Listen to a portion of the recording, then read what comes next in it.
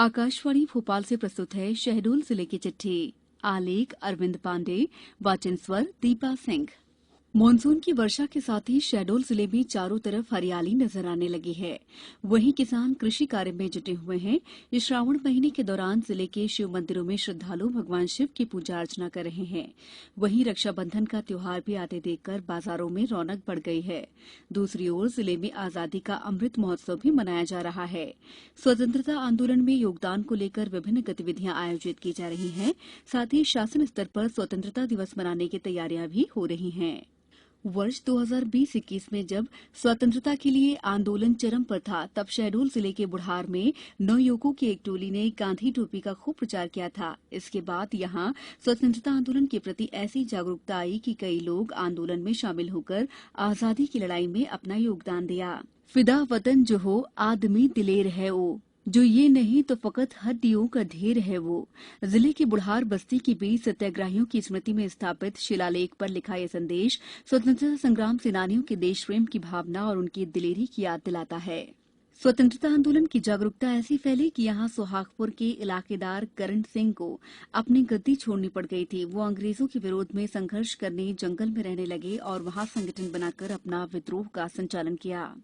इनका संपर्क तात्या टोपे से हो गया था और इसके बाद इनके साथ कई लोग स्वतंत्रता की लड़ाई में शामिल हुए। इनके भाई दीवान लाल, भरत सिंह, फतेहराम सोनी, भोलादास काजी, इकबाल हुसैन और मुंशी ऋषिपाल स्वतंत्रता संग्राम में शामिल हुए। वह इंद्र बहादुर सिंह, दान बहादुर सिंह, पंडित शंभुनाथ शुक्ल, छोटेलाल पटेल, कुंज बिहारी अग्रवाल जैसे लोग भी आंदोलन में शामिल हुए और शहडोल से आजादी की लड़ाई में योगदान दिया। इस बीच इन लोगों का संपर्क कैप्टन अवधेश प्रताप सिंह से भी हुआ। वह कुंज बिहारी अग्रवाल के नेतृत्व में बुढ़ार के द्वारिका प्रसाद, बाबूलाल, बद्री प्रसाद गुप्ता, सकूर मलिक, शिव प्रसाद गुप्ता भी शामिल हुए। सन 1930 में ही बुढ़ार के नवयुवकों में स्वतंत्रता के प्रति जागरूकता आई और बुढ़ार में 1932 में वानरी सेना बनी, जो तिरंगा और झंडा लेकर बाजार में घूमती रही। बुढ़ार की पुरानी बस्ती में 1932 में पिकेटिंग की याद में शिलालेख लगाया गया था।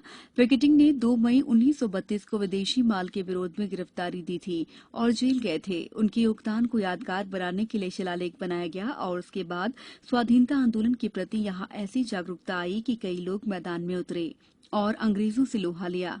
बुढ़ार की ही सेवा समिति ने गांधी टोपी का प्रचार किया था, जिससे स्वाधीनता आंदोलन के प्रति जिले भर में जागरूकता आई थी। शहडोल जिले के कई स्वतंत्रता संग्राम सेनानी ने आजादी दिलाने में अपनी अहम भूमिका निभाई थी।